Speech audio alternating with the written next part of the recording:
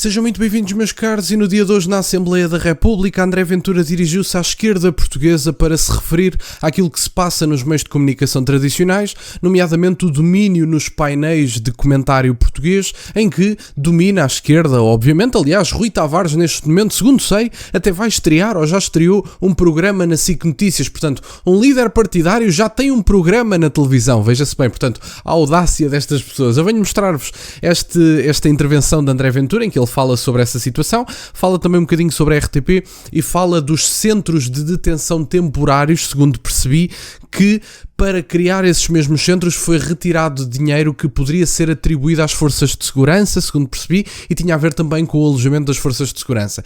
Eu acho que esses centros são necessários, mas quer dizer, caramba, retirar das forças de segurança, acho que é um bocadinho o desmerecer de pessoas que são cada vez mais necessárias e, aliás, precisamente por causa do poder político. Mas enfim, vamos ver esta intervenção de André Ventura na Assembleia da República, fazer uns breves comentários e também falar um bocadinho sobre os temas mencionados.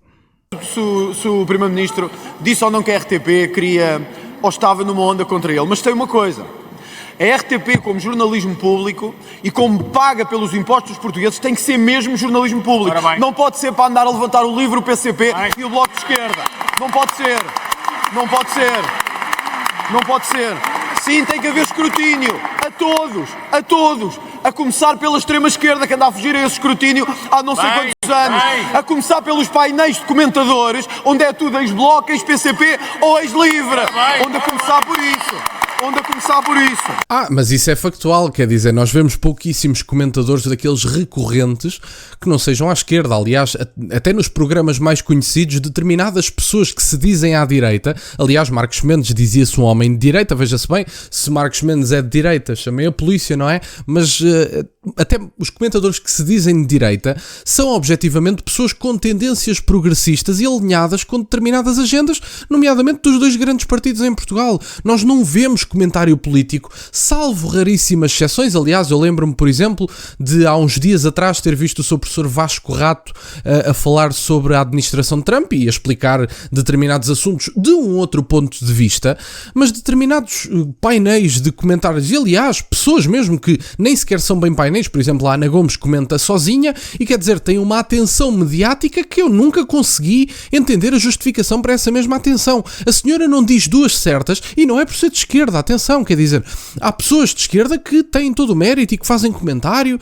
e que têm visões do mundo diferentes, mas caramba, a Ana Gomes não diz duas certas e tem um espaço de comentário para ela, sozinha na SIC Notícias. Quer dizer, e portanto, eu acho que também é preciso medir a coisa um bocadinho por aqui. Sobre o Rui Tavares, quer dizer, o Rui Tavares tem um programa na televisão portuguesa, eu acho que é na SIC Notícias, que é um programa só dele, se não me falha a memória. Portanto, sobre haver comentadores tendenciosos nas televisões portuguesas, mas que ninguém tenha dúvida. E não falo só do Chega, quer dizer, eu não me recordo de um programa que tenha um comentador representante do CDS, mesmo da Iniciativa Liberal, também não me recordo assim de ninguém. E portanto, quer dizer, convenhamos, a esquerda tem uma variedade, uma panóplia de comentadores nas televisões portuguesas, mas como sabem, é preciso fazer os 55 milhões render, que foram aprovados por este governo, mas poderiam ter sido aprovados pelo Partido Socialista, porque a prática de fundo é a mesmíssima. E portanto, vamos ver o resto da intervenção. Onde a começar por isso. E portanto, Sr. Deputado, quando o LIVRE tiver a coragem de trazer a questão da RTP aqui ao Parlamento para escrutinar, cá estaremos para ela sem nenhum receio. Finalmente, Sr. Ministro, eu gostava de perguntar sobre a saúde e sobre os centros temporários para imigrantes. Nós sabemos hoje que vamos ter um corte, e eu peço atenção a isto, um corte no financiamento do alojamento para polícias, 60, que vão deixar de existir, para financiar centros temporários para imigrantes. Eu acho que estamos a perder a cabeça, de vez. Então nós vamos cortar nos polícias, no alojamento de quem já vive terrivelmente, para estar a construir mais centros de acolhimento de imigrantes. Quer dizer, se querem receber quem não deve vir, já é um problema vosso. Não vão cortar nos polícias e nas forças de segurança para estar a pagar a imigrantes. Bom, meus caros, esta foi a intervenção de André Ventura. Eu só não estou certo de qual é que é o objetivo destes centros. Eu tenho uma dúvida e, portanto, vou comentar em ambos os casos. Eu não tenho a certeza se estes centros são aqueles centros de detenção temporária em que se detêm os imigrantes para depois serem deportados ou se são centros mesmo de acolhimento.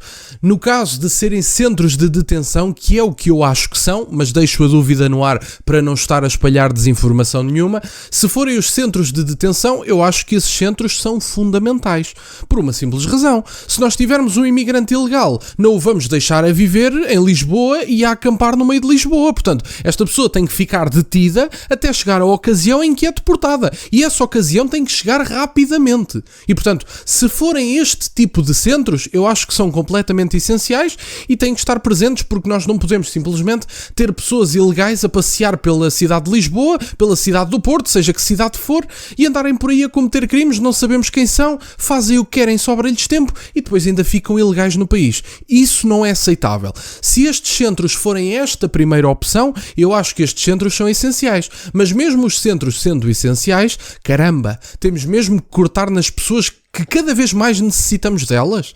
Vamos cortar nos apoios às forças de segurança numa altura em que cada vez mais precisamos destas pessoas? Vai chegar aí o Razi de 2024 e depois, e tal, se eu soubesse. Depois vão dizer, não, mas os dados isto, os dados aquilo. Já sabemos que temos o maior número de homicídios dos últimos 10 anos. Esse é um dos dados que já sabemos do Razi, que virá até ao final de março de 2025. E portanto, caramba, numa altura em que cada vez mais precisamos do serviço destes heróis que ainda para mais recebem pouquíssimo, é precisamente na altura em que vamos retirar-lhes determinadas benesses, sejam elas quais forem. Não é a altura disso. Nós precisamos de incentivar a carreira nas forças de segurança, de dar benefícios a estas pessoas e de lhes dar salários adequados, nomeadamente com um subsídio de risco adequado à prática da profissão, que há profissões que não têm 1/5 do risco e têm o mesmo subsídio de risco. Mas enfim, sobre esta situação, se forem estes centros que eu me estou a referir, em que as pessoas ficam detidas e depois são deportadas, eu acho que são fundamentais, mas ainda assim não devemos cortar nas forças de segurança. Olhem, vejam por exemplo o Orçamento de Estado, em que a segunda ou a terceira maior despesa era financiamento para pagar buracos de corrupção antigos. Retirem daí o dinheiro, que eu acho que esses é que são importantes. Mas enfim, se for estes primeiros centros, estou de acordo que existam, não estou de acordo que se retire o dinheiro às forças de segurança.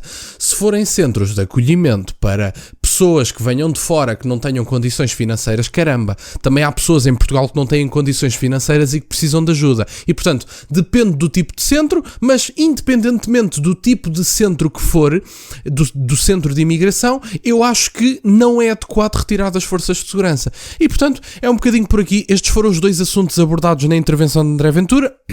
Eu depois acabei por não ter acesso, isso está na sessão da Assembleia da República, à RTV, eu acabei por não conseguir ver a resposta, mas foi feita uma notícia, e eu até vou deixar a notícia na descrição para vocês poderem consultar, em que efetivamente é feito este reajustamento do investimento do PRR, se não me falha a memória, que iria para as forças de segurança, mas decidiram investir nestes centros. Eu acho que são centros da primeira opção. Se forem os da primeira opção, parece-me uma boa medida, não me parece adequado retirar-se dinheiro das forças de segurança, que cada vez mais precisamos delas, e infelizmente parece que cada vez mais os serviços das forças de segurança vão ser necessários na sociedade portuguesa, porque parece que estamos a fazer o caminho de outros países na Europa que já se tornaram abertamente inseguros, que eram mais seguros, e agora, por exemplo, à semelhança da Suécia, que ainda em janeiro teve 32 atentados, portanto praticamente um atentado por dia. A Suécia, que era praticamente um dos países mais seguros da União Europeia, mas enfim, as coisas são o que são. Eu só espero é que não tenhamos que aprender pela experiência própria, e que consigamos aprender pela experiência de outras pessoas de outros povos, porque a Suécia já passou o percurso que nós estamos a fazer neste momento, um percurso de crescente criminalidade, e eu espero sinceramente que não seja preciso termos uma experiência própria para que tenhamos que agir na direção que tem que ser agido, que é efetivamente